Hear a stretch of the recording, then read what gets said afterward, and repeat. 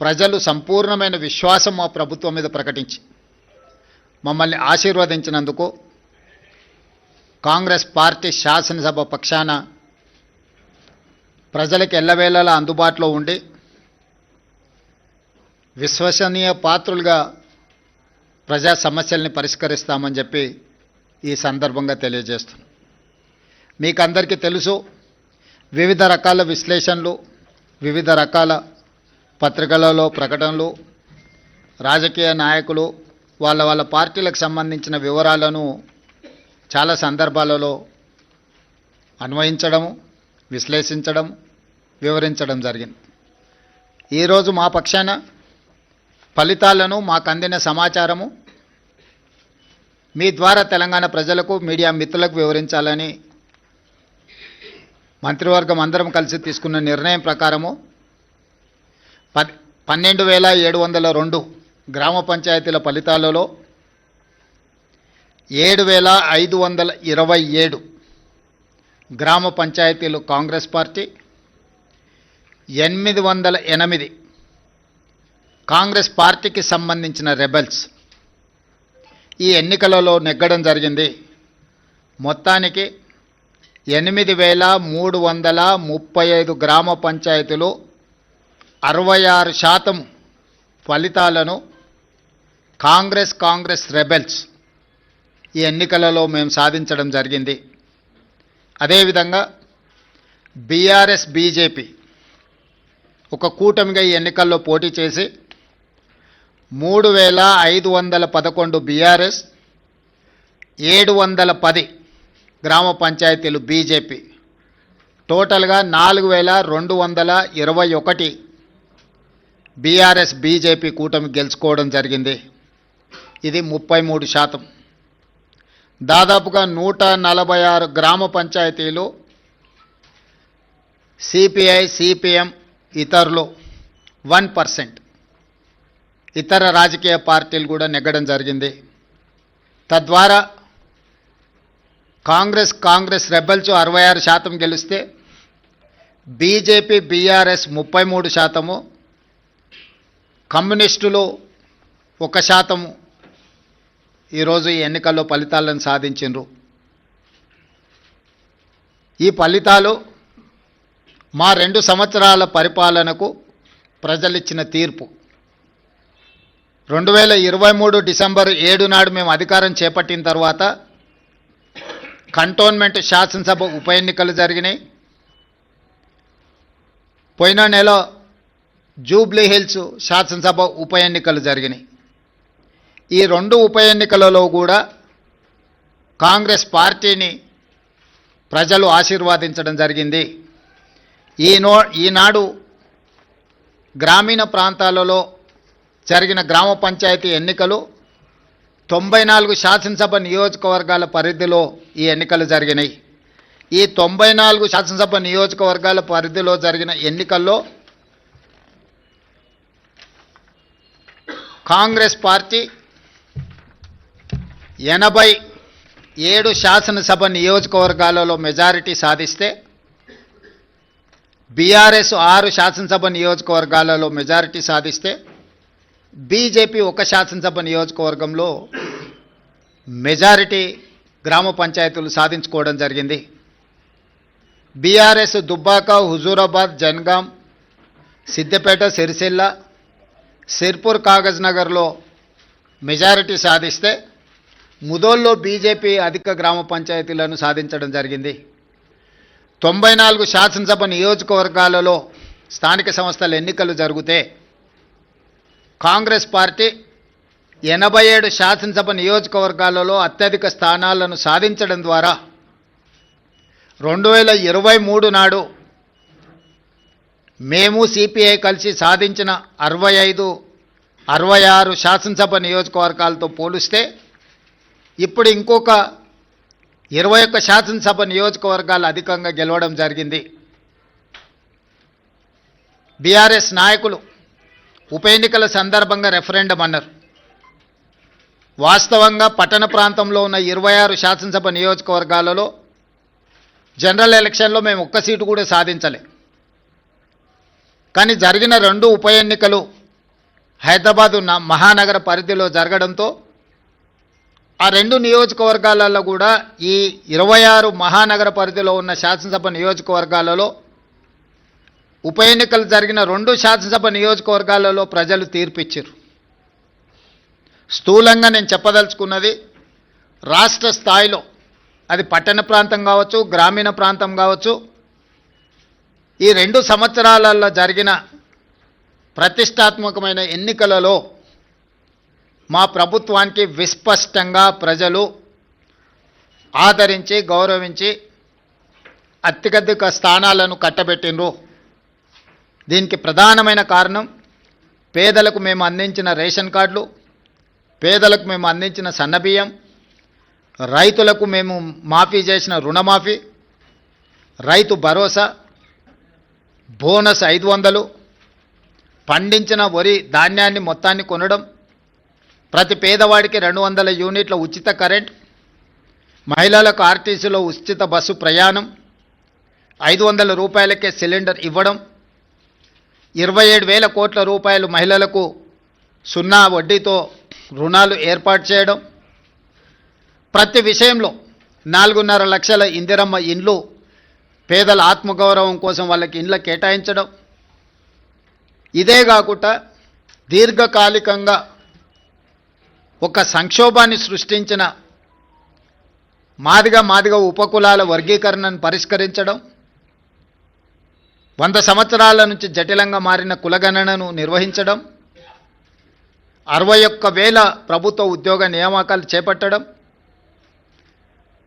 మూతబడుతున్న ప్రభుత్వ పాఠశాలలను తిరిగి తెరవడమే కాకుండా టీచర్ల నియామకం చేపట్టి పేదలకు నాణ్యమైన విద్యను అందించాలని మేము చేస్తున్న ప్రయత్నాలు అన్నీ కూడా ఈనాడు ఒక క్రమ పద్ధతిలో సంక్షేమాన్ని, అభివృద్ధిని సమపాలలో మెలవించి పరిపాలన అందించడం, అన్నిటికంటే 6 గ్యారంటీలతో పాటు 7వ గ్యారంటీ ఇస్తున్నాం, ప్రజలకు స్వేచ్ఛ ప్రజాస్వామ్యాన్ని కాంగ్రెస్ పార్టీ అందిస్తుంది అని.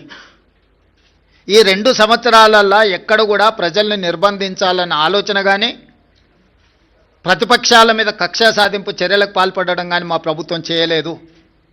ఈ ఎన్నికల్లో కూడా మీరు చూసినారు, స్వేచ్ఛగా ప్రజలు ఎవరికి నచ్చిన రాజకీయ పార్టీ మద్దతుతో వాళ్ళు ఎన్నికల్లో పోటీ చేయడమే కాకుండా ప్రజల దగ్గరికి వెళ్ళి వాళ్ళు ఓటు అడిగి ప్రజా తీర్పును కోరినరు.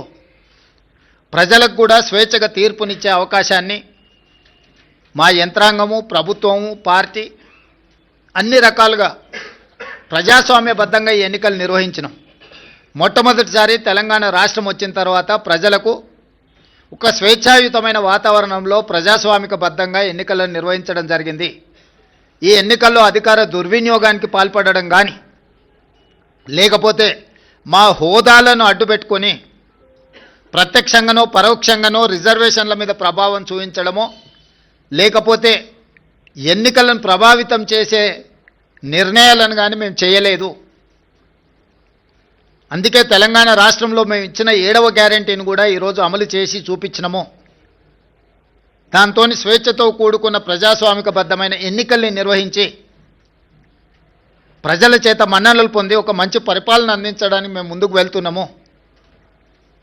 ఏ రోజు కూడా ఓడినప్పుడు కుంగిపోవడము, గెలిచినప్పుడు ఉప్పొంగిపోవడం, గెలిస్తే అహంకారంతో కళ్ళు నెత్తికెక్కడం లాంటి వ్యవహారాలలో మేమెప్పుడూ భాగస్వాములం కాలేదు. వీటన్నిటికీ దూరంగా ఉండి ప్రజలకు దగ్గరగా చెరువగా ఉండి సంక్షేమాన్ని, అభివృద్ధిని ముందుకు తీసుకువెళ్ళాలనే ప్రయత్నం చేస్తూనే ఉన్నాం. ఈనాటి ఫలితాలు మా బాధ్యతను మరింతగా పెంచినాయి. ఈనాడు కేంద్ర ప్రభుత్వం ఆనాడు శ్రీమతి సోనియా గాంధీ, మన్మోహన్ సింగ్ గారు అందించిన మహాత్మా గాంధీ ఉపాధి హామీ పథకాన్ని నిర్వీర్యం చేసి నీరుగార్చి పేరు మార్చడమే కాకుండా విధానాలను మార్చడం ద్వారా పేదలకి పథకాన్ని అందకుండా చెయ్యాలన్న కక్ష, కుట్ర స్పష్టంగా కనిపిస్తుంది. కేంద్రంలో సోనియా గాంధీ గారి మీద, రాహుల్ గాంధీ గారి మీద కక్షతో కూడిన అక్రమ కేసులు పెట్టడం, కోర్టులు చీవాట్లు పెట్టినా కూడా మారకపోవడాన్ని మనం కళ్ళతో చూస్తున్నాం. వీటన్నిటిని దృష్టిలో పెట్టుకొని ప్రజలు ప్రజాస్వామికబద్ధమైన కాంగ్రెస్ పార్టీ ప్రజలకు రక్షణ, అందుకే ఈరోజు తెలంగాణ ప్రజలు కాంగ్రెస్ పక్షాన బలంగా నిలబడ్డారు.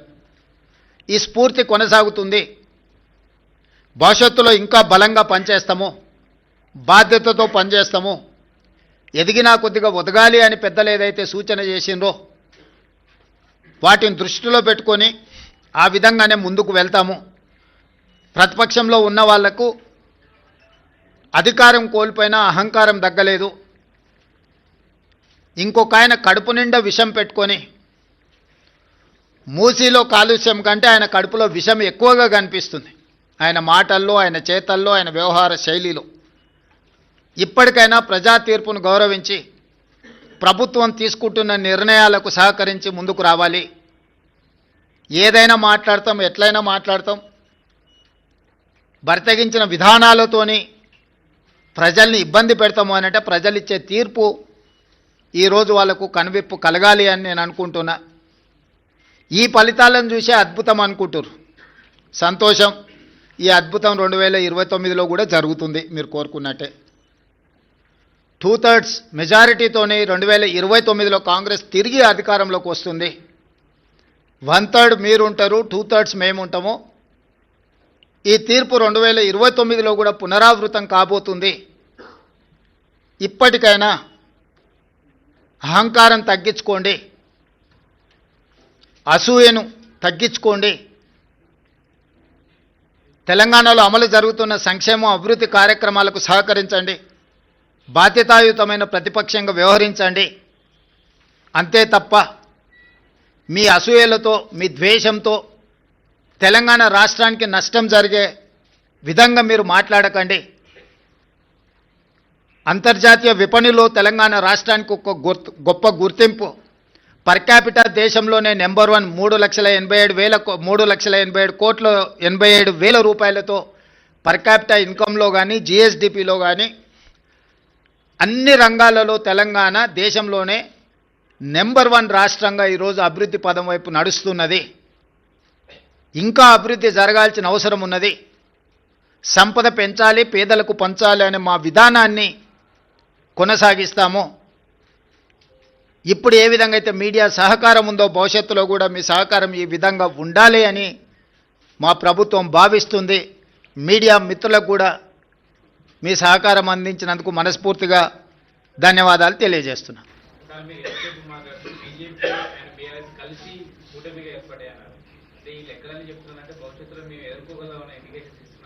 ఖచ్చితంగా దాంట్లో మీకు అనుమానం ఎందుకు?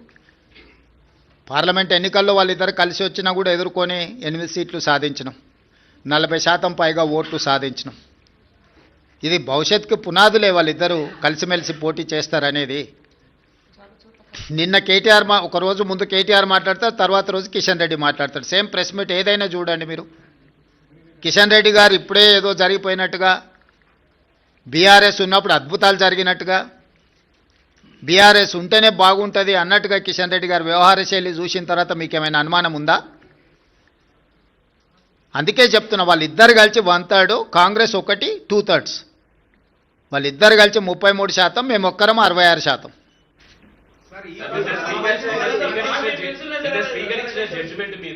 రాహుల్ గాంధీ రాజ్యాంగాన్ని పట్టుకొని దేశవ్యాప్తంగా సేవ్ డెమోక్రసీ అంటున్నారు. వాళ్ళ అధికారంలో ఉన్న రాష్ట్రంలో మాత్రం డెమోక్రసీని కూల్ చేశారు. రాహుల్ గాంధీ సమాధానం చెప్పాలంటున్నారు. ఎవరు? టీఆర్ఎస్.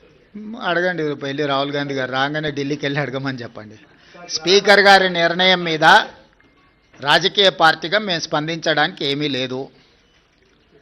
స్పీకర్ గారి నిర్ణయాన్ని వాళ్ళకు నచ్చకపోతే న్యాయస్థానాలు ఉన్నాయి. మీరు రాసిచ్చిన స్క్రిప్టునే స్పీకర్ అనౌన్స్ చేశారు, మీరు సభలో కూడా ప్రస్తావించారు అసలు అని. ఇప్పుడు నేను వాళ్ళ అవగాహన రాహిత్యానికి జాలి పడుతున్నా. పదే పదే హరీష్ రావు గారు శాసనసభలోనే మేము 37 మంది శాసనసభ్యులు ఉన్నాం, మాకింత సమయం ఇవ్వాలని మాట్లాడింది మీరు కళ్ళతో చూసిరు, మీరు చెవులతో విన్నారు, అవునా? ప్రతిసారి శాసనసభ ముగింపు సమావేశాలలో స్పీకర్ గారు ఒక బులెటిన్ ఇష్యూ చేస్తారు. ఏ పార్టీకి ఎంతమంది శాసనసభ్యులు ఉన్నారు, వారు ఎంతెంత సమయం మాట్లాడినరని ప్రతిసారి బులెటిన్ ఇష్యూ చేస్తారు స్పీకర్ గారు. ఇప్పటివరకు జరిగిన అన్ని శాసనసభ సమావేశాల ముగింపులో స్పీకర్ గారు స్పష్టంగా ప్రకటించారు. ఏ ఒక్క రోజు కూడా స్పీకర్ గారి నిర్ణయాన్ని వాళ్ళు ప్రశ్నించలేదు. రెండవది, మొన్న జరిగిన శాసనసభ సమావేశాల్లో హరీష్ గారు స్పష్టంగా చెప్పిండ్రు, మా నెంబర్ 36, 37 ఉంది, మా సమయం ఇంత రావాల్సిందే, మాకంత సమయం ఇవ్వమని అడిగినరు. టీవీల్లో పేపర్లో మేము చూసిన ప్రతి నెల 5,000 రూపాయలు ఎమ్మెల్యేల నుంచి వాళ్ళ టీఆర్ఎస్ ఎల్పీ నిర్వహణ కోసము డబ్బులు కూడా తీసుకున్నారని. లావాదేవీలు బాగానే ఉన్నాయి, వ్యవహారం బాగానే ఉంది, వాళ్ళ పేరు మీద మైకు కావాలి, వాళ్ళ పేరు మీద మాటలు కావాలి, వాళ్ళ జీతాలలో వాటాలు కావాలి. మీ వాళ్ళనే మీ వాళ్ళు కాదు అని అనుకునే పరిస్థితి ఎందుకు దాపురించింది? ఇంత రాజకీయంగా ఇంత దుర్భరమైన ఇంత నికృష్టమైన పరిస్థితి ఎవరికైనా వస్తుందా? సొంత పార్టీ ఎమ్మెల్యేలనే మా వాళ్ళు కాదు అని. మనం గతంలో చూసినాం పిల్లలు నమ్ముకునేటోళ్ళను, సంతలాల్లో వచ్చి పిల్లలు నమ్ముకున్నారని. కనీసం వాళ్ళు పేదరికం ఉండని నమ్ముకున్నారు అనుకున్నాం. మరి ఇప్పుడు వీళ్ళ విచిత్రం ఏందో, మేము మీ పిల్లలమే, మేము మీ వాళ్ళమే అని వీళ్ళు అంటారు, మీరు మా వాళ్ళు కాదని వాళ్ళు అంటారు. వాళ్ళు అదే చెప్తున్నారు కదా. ఎవరి ఇప్పుడు దాంట్లో ఎవరు మైనర్స్ లేరు, అందరు మేజర్లే కదా, విజ్డమ్ ఉన్నోళ్ళే కదా. ఆ మేజర్స్ విజ్డమ్ ఉన్నోళ్ళే వాళ్ళు ఎవరో చెప్తున్నప్పుడు నీ అభిప్రాయంతో నా అభిప్రాయంతో ఏం పని ఉంది?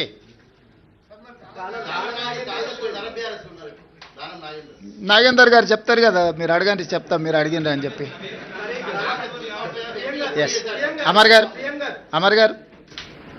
సార్, మీరు 2 రోజులు ఢిల్లీ పోయొచ్చినట్టున్నారు, సమాచారం ఉందేమన్నారు? దేని గురించి? సంజయ్ రౌత్ ఒక స్పెసిఫిక్ స్టేట్మెంట్ చేసినాడు. డిసెంబర్ 19 నాడు ప్రైమ్ మినిస్టర్ మారబోతున్నాడు, మీకు ఏమైనా సమాచారం లేదు? ప్రైమ్ మినిస్టరే దేశంలో లేడు, ఆయనే విదేశాలలో ఉన్నాడు. అసలు 19 లోపల వస్తాడో రాడో కూడా నాకు సమాచారం లేదు. కాబట్టి మార్పు గురించి ఐ డోంట్ నో. అంటే ఆయన స్టేట్మెంటు నా దృష్టిలో లేదు, మార్పు విషయం అసలే లేదు. ఎందుకంటే అది ఎల్పీ తీసుకోవాల్సిన, లెజిస్లేచర్ పార్టీ తీసుకోవాల్సిన నిర్ణయం నా దృష్టిలో లేదు.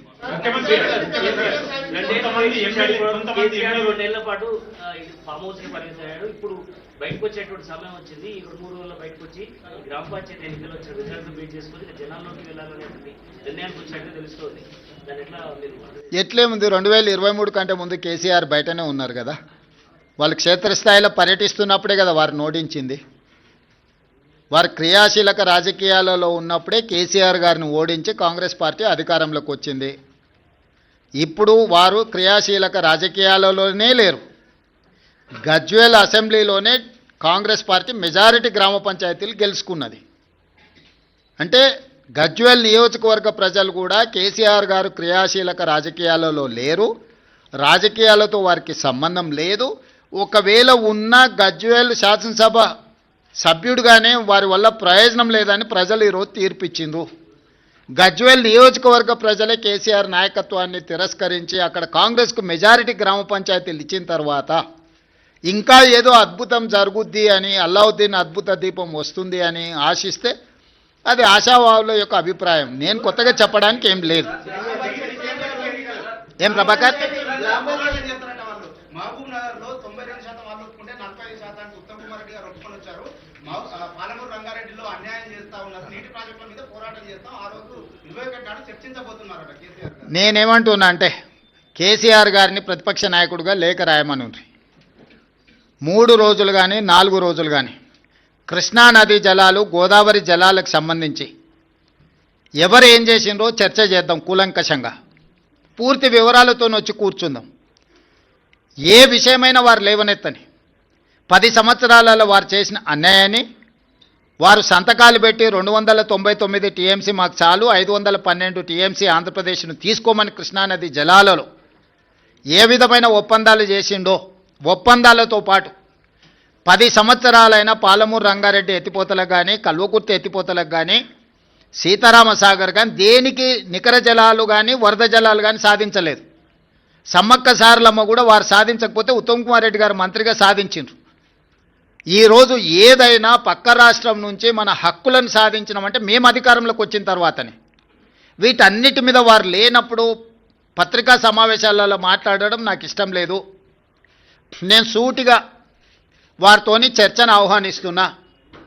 చంద్రశేఖరరావు గారు బీఆర్ఎస్ ఆఫీస్ కార్యాలయంలో చర్చించడం కాదు, వారు అడిగితే ఎప్పుడంటే అప్పుడు ప్రత్యేక సమావేశాలు ఏర్పాటు చేస్తా, కృష్ణా గోదావరి జలాల మీద చర్చ చేద్దాం. పూర్తి వివరాలను వాస్తవాలను ప్రజలకు వివరిద్దాం. ఈరోజు ఉమ్మడి రాష్ట్రానికంటే కూడా తీరని ద్రోహం చేసింది బీఆర్ఎస్ చంద్రశేఖరరావు గారు. ఆధారాలతో సహా మొత్తం సభలో చర్చకు మేము పెట్టడానికి సిద్ధంగా ఉన్నాము. వారి సభకు వచ్చి చర్చించి నిజంగానే మా వైపు నుంచి ఏమైనా లోపం ఉంటే వారిని ప్రశ్నించమని నేను సవాల్ విసురుతున్నా. బురద జల్లుతాం పారిపోతామంటే ప్రజలు అన్ని గమనిస్తున్నారు. ప్రజలు ఎవరు అమాయకులు లేరు. నిన్న రిలీజ్ అయిన క్యాగ్ రిపోర్ట్ ప్రకారం పోయినసారి కంటే ఈసారి చాలా మెరుగు పొజిషన్, దాదాపు 7% వృద్ధి ఉన్నది. అంటే ఈ కండిషన్ లో మీరు ఏమన్నా ఈ బకాయిలు ఏవైతే ఉన్నాయో అవన్నీ కనీసం ఇప్పుడైనా చెల్లిస్తారా? ఏం బకాయి? నీకేం బకాయి ఉంది రాహుల్? 35,000 కోట్లు ఎవరికి? డిస్కంలక చేద్దాం. 35,000 కోట్లు. నేను ముందే చెప్పిన ఆదాయం పెంచుతాం పేదలకు పంచుతామని. వారు చెయ్యండి, మేం చేసింది సన్నబియ్యం 200 యూనిట్లు ఉచితం, 21,000 కోట్ల రూపాయల రైతు రుణమాఫీ, 9,000 కోట్ల రూపాయలు 9 రోజుల్లో రైతు భరోసా, 22,500 కోట్ల రూపాయలు 4,50,000 ఇందిరమ్మ ఇండ్లు.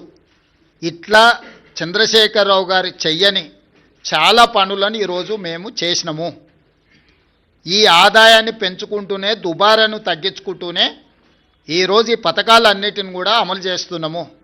ఎంత ఆదాయాన్ని పెంచితే అంత పేదలకు ప్రయోజనం చేకూర్చే విధంగా ఖచ్చితంగా మేము వాటిని వినియోగం చేస్తాం. ఒక్క రూపాయి కూడా దుర్వినియోగం జరగకుండా ప్రజలకు ఏ రకంగా మేలు చేయాలనేదే మా నిత్యం తాపత్రయము. ఖచ్చితంగా వాటిని అమలు చేస్తాం.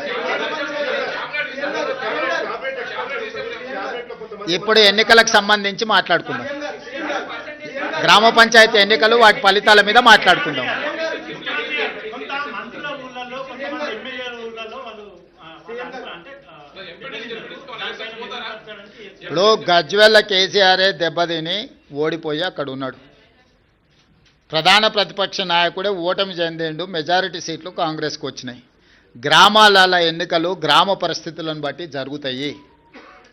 శాసనసభ్యుడినో మంత్రినో ముఖ్యమంత్రినో పట్టి జరగవు. ఓవరాల్గా ఫీల్ గుడ్ ఫ్యాక్టర్ ఉంటుంది. గ్రామంలో ఉండే నేపథ్యాన్ని సామాజిక వర్గాల సమతుల్యతను దృష్టిలో పెట్టుకొని ఎన్నికలు జరుగుతాయి.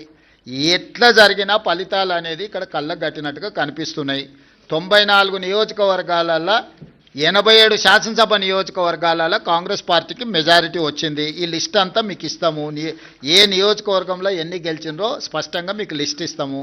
మీరు కావాలంటే నిజ నిర్ధారణ కమిటీ వేసుకొని ఆయా నియోజకవర్గాలలో మీరు పర్యటించండి. ఇన్ని 12,702 గ్రామ పంచాయతీల ఎన్నికలు జరిగినప్పుడు 1, 2, 3 అటో ఇటో ఫలితాలు వస్తాయి. ఆ ఫలితాలు అనేది భవిష్యత్తులో మన కార్యాచరణను సవరించుకోవడానికి ఉపయోగించుకుంటాం తప్ప దానికి మించి వేరే రకంగా దీని మీద చర్చించుకోవాల్సిన అవసరం లేదు.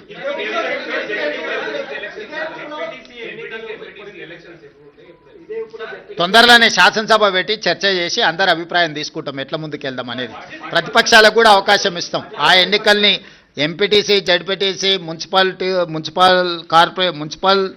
ఎన్నికలు, మున్సిపల్ కార్పొరేషన్ ఎన్నికలు వీటన్నిటికీ సంబంధించి కూడా తొందరలోనే శాసనసభ సమావేశాలు ఏర్పాటు చేసి ప్రతిపక్షాలను కూడా అడుగుతాం ఏ విధంగా ముందుకు వెళ్దాము, 42% బీసీ రిజర్వేషన్లు ఏ విధంగా సాధించుకుందాము, భవిష్యత్ కార్యాచరణ ఎట్లుంటే బాగుంటుందో ప్రజాస్వామికబద్ధంగా చర్చ చేసి అసెంబ్లీలో ఆ తర్వాత ఎన్నికలపై ఒక నిర్ణయానికి వస్తాం.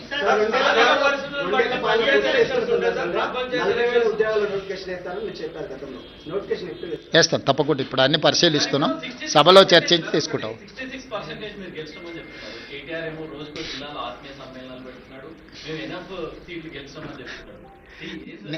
అందుకే ప్రభాకర్ క్లియర్గా నేను పర్సంటేజ్తో సహా గ్రామ పంచాయతీలతో సహా ఈరోజు 94 శాసనసభ నియోజకవర్గాలలో ప్రతి నియోజకవర్గంలో ఏ పార్టీ ఎన్ని గెలిచిందో నేను అధికారికంగా ఒక నోటు విడుదల చేస్తున్నా.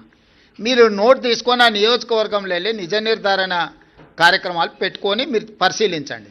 కేటీఆర్ అనేవాడు కాంగ్రెస్ గురించి ఆలోచన చేస్తలేడు. హరీష్ అనేవాడు వెనకాల తవ్వుతున్నాడు. కేటీఆర్ నాయకత్వంలో ఏ ఎన్నికలు జరిగిపోయినా ఓడిపోయిండు కాబట్టి నాయకత్వాన్ని మార్చాలని హరీష్ వెనకాల నుంచి ఏదైతే ప్రయత్నం చేస్తుండో ఆ విషయాన్ని ఏమంటారు డైల్యూట్ చేయడానికి పర్యటనలు పెట్టుకుంటున్నాడు తప్ప ఇది ప్రజలకు కానీ ప్రభుత్వానికి కానీ సంబంధం లేదు. ఇప్పుడు కేటీఆర్ వర్కింగ్ ప్రెసిడెంట్ అయినప్పటి నుంచి జరిగిన ఏ ఎన్నికలు గెలవలే కదా. జనరల్లో అసెంబ్లీ కావచ్చు, జనరల్లో జరిగిన లోక్సభ కావచ్చు, తర్వాత జరిగిన ఉప ఎన్నికలు కావచ్చు, తర్వాత జరిగిన గ్రామ పంచాయతీ ఎన్నికలు కావచ్చు. ఈరోజు హరీష్ వర్గం ఆల్రెడీ సోషల్ మీడియాలో మిగతా మీడియాలలో మొదలుపెట్టింది కదా, కేటీఆర్ ఉంటే ఇంకా పార్టీ మిగలదు కాబట్టి కేటీఆర్ను తప్పించండి, హరీష్కు నాయకత్వాన్ని అప్పచెప్పండి అని ఒక స్లోగన్ తీసుకొని బయలుదేరిండు. సార్ ఇప్పుడు మీ జిల్లాలోనే కబ్జా కూడా జిల్లా తిరుగుతుంది. మీరు హైడ్రా పరిష్కారం తీసుకొచ్చారు. ఆమె ఆధారాలతో సహా ఎంత మేర కబ్జాలైన చెరువులు ఏ ఎమ్మెల్యే బీఆర్ఎస్ ఎమ్మెల్యే చేసిన అనేది మొత్తం పెడుతుంది. దానిపైన మీరేమన్నా రివ్యూ చేస్తున్నారా? అట్లకి అన్నిటి మీద చేస్తాం. ఇప్పుడు నువ్వు చెప్పింది రివ్యూ చేస్తాం, వాళ్ళు చెప్పింది రివ్యూ చేస్తాం. రీసెంట్గా కేఏ పాల్ గారు కూడా కొన్ని అంశాలు లేవనెత్తిండు, వాటిని కూడా రివ్యూ చేస్తున్నాం. నీ అమాయకత్వం అది. మీరు లేనిది ఊహించుకొని కాయించుకొని గత 10 ఏళ్లలో జరిగినవి తీసుకొని ఇప్పుడు జరుగుతున్న వాటిని తీసుకొని ఎన్ని గురుకులాలు ఉన్నాయి, ఎక్కడేం జరిగింది అనేది లెక్క లేకుండా, బాధ్యత లేకుండా ప్రశ్నలు అడగకండి. అట్లాంటి పరిస్థితి రాదు. ఎక్కడైనా ఏదైనా జరిగితే తక్షణమే చర్యలు తీసుకుంటున్నాం. ధన్యవాదాలు. రైట్. గ్లోబల్ సమిట్కి సంబంధించి దాదాపు